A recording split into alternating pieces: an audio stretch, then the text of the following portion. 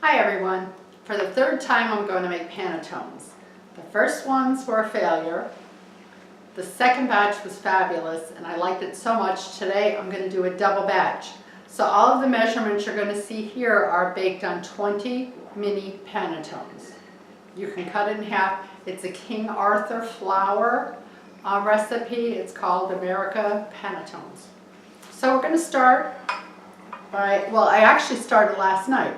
You have to make a biga, which used to scare the heck out of me because I didn't know what a biga was. And quite simply, it was flour. It was 3 cups of flour, 1 cup of cool water, and a half a teaspoon of yeast.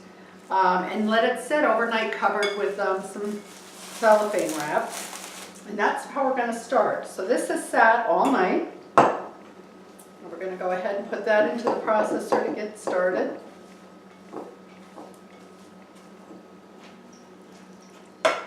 Which should slide right in because I had a little bit of oil in the bottom of the bowl, and it does. There it goes. Okay, and that rose up really nicely, more than you would think. Okay, so to that we're going to add 6 eggs. Again, this is a double recipe. I don't want to be redundant, but if you're not looking to make 2 of these or 20 minis, then you probably wouldn't want to put all this in. This is a full cup of butter, unsalted and cubed. That's all going in there.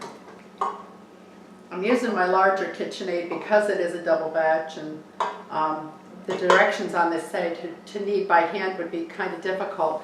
So I'm kind of thinking I'll use the bigger Powerhouse one.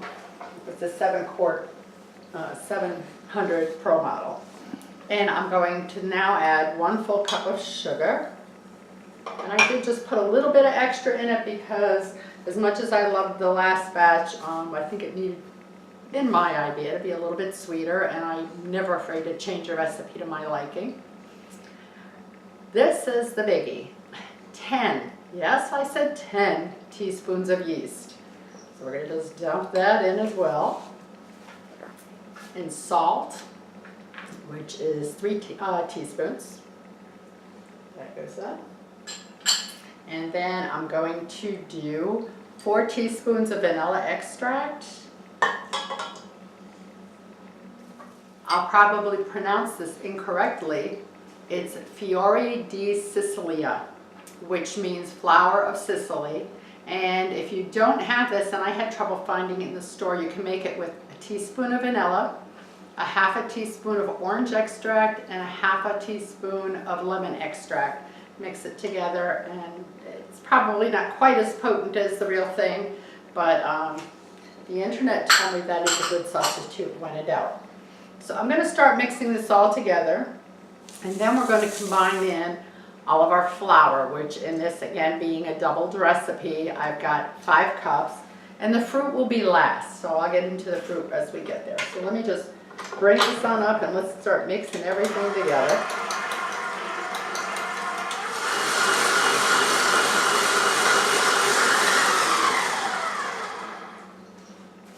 Okay, at this point everything seems to be combining really nicely. I'm going to go ahead and put the shield on and start adding the flour, a scoop or 2 at a time.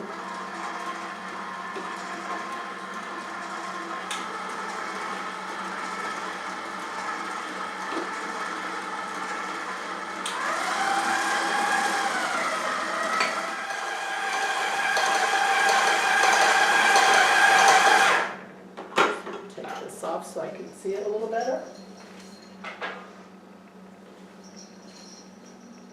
It's getting there.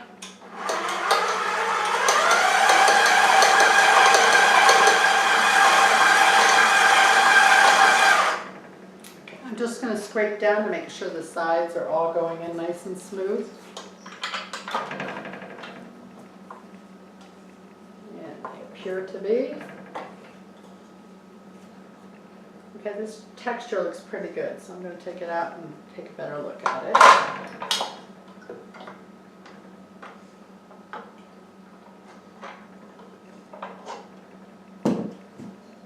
It's a very stiff dough, and I understand what they say about kneading this by hand would kind of be a pain painful process. There we go. I have a bowl here that I've sprayed with cooking spray, and I'm going to put this in there, this dough, this beautiful piece of dough. And then what we're going to do is we're going to let it sit and rise. So that's, during that process, I'll go ahead and start my next batch of something. It's going to rise. It won't rise like you would expect, but it will rise some. And so I wanted to make sure I had my bigger bowl ready to hold all of this. There we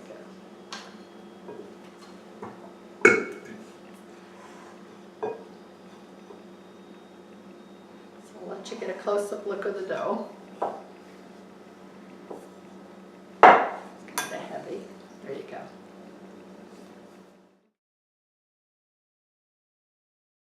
I'm going to cover it with a piece of cellophane, and I'm going to let it sit for about an hour. And then we'll put it back into the machine and combine all of the fruit, and we'll go from there. Okay, we've let the dough rest for an hour. Now we're going to put it back in the bowl, add the fruit, and we're going to just knead it enough to mix the fruit in. If you knead it too much, the sugars from the fruit will get into the dough and it makes it too sweet. So and that'll change the way it rises. So you just really want to knead it in enough just to mix it. So let's get that out. My oven is not on, except for the light. That's the only thing on. I haven't preheated the oven yet because this will rest one more time after we get it in the pan. So there it is. It has poofed up quite a bit. So we're going to go ahead and put that back into the mixing bowl. And I did oil this pan before I put it in there. I'm a little short. I think I need a ladder for some of these things. There we go. For the fruit, because I've doubled this batch, I did 3 cups of fruit, and I added probably another cup of yellow raisins and a little bit of brown raisins. So I probably actually have 4 cups of fruit, but that's just the way. After I've made it, I decided it needed to be a little fruitier. And this is the mixed candy fruit cake style. If I were to do this again, and I probably won't this season, I would also add some figs. I think they'd be fabulous in here. I may make this again before next Christmas just because I really like it. And so I'll have to take a look next time I'm shopping for some fruit and figs, because this is the last of it. This is my 3rd and 4th batch because I've made a double here. Okay, so again, we're going to knead this just enough to get everything fully mixed and no more. Pan up and let it go.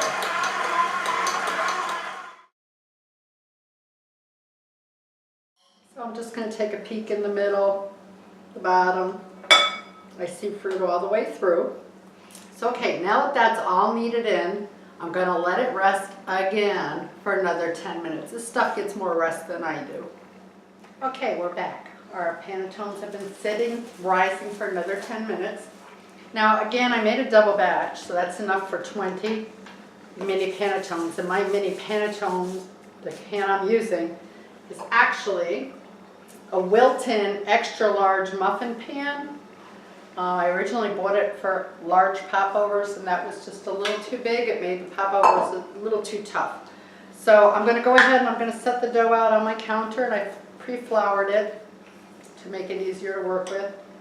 And I'm going to have to put, I got enough to do 12, and then I'll let the dough sit rising on the counter, which I had never made until this year, and I think it's going to become one of my most favorite things in the world once I finally found a recipe that I could work with. And again, I got that from King Arthur Flour online. The first thing I want to do is just kind of make this manageable, and I'm going to put it into 2 pieces.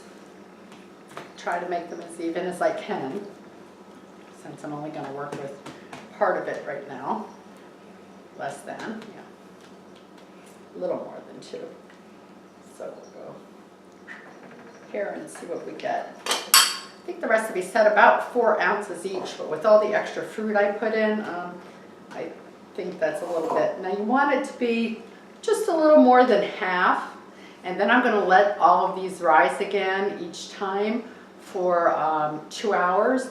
They're not going to poof up a lot then, but when you bake them, the rise is really nice and very pretty. Just so I'm going to just go by based on what I filled the pan with in the past to get a feel for about a halfway mark. Maybe just a tiny bit more, but that should be more than enough to get the results I'm looking for. So I'm just going to roll them into balls like this until each of my 12 are about half full. Okay, so I have 12 ready to go to their final rest for a couple of hours, and they will poof up pretty good. And then when they bake, they poof up a little more. So these are, I sit them in my oven. My oven is not heated. I just have the light on, and it just creates a nice, moist, closed environment for rising dough. That's what I've always done. I don't have a proofing box. That's how I do it. And I have the other 8 here all kind of rolled into equal size balls. And when these are all done with the final, then these will go in to one of the pans and rest for a couple of hours, and then I'll bake those. So I'll have my total of 20 more that I need. So we'll be back in a couple of hours. Okay, they've rested for 2 hours in the oven. As you can see, I wasn't very good with my equal dividing, but close enough. They will poof up a lot more as they cook. So I'm going to set my oven for 350 degrees, and I'm going to put them in for about 20 minutes. The last 5 minutes I will cover them with some aluminum because I don't want the tops to get too brown. I'll kind of keep an eye if they need a couple minutes more with that. You have to eyeball them. And then when they come out, I'm going to brush the tops with some butter just to make them nice and delicious. And I'll come back with a picture after they come out of the oven. They've been baking for 10 minutes. Now I'm just topping them with a little butter. And then I'm going to put it back in till they're finished, probably about another 5 minutes or so. This gives them a nice shine, and not to mention the buttery taste. And I will do another coat of this to each one when they're done. So let's keep the cover and pop them back in for 5 to 10 more minutes. Okay, this batch is done. Putting a final coat of butter on the top because it gives them a nice shine and it helps the taste and flavor. As soon as this pan is cool, I'll put the next batch in and let them sit for 2 hours, and then I'll bake those, and then I am done for Panetones for 2017. If you've enjoyed my videos, please like, share, send me a message. Love to hear from you. Again, this was my first year ever trying Panetones, and I think I'm hooked. I love them.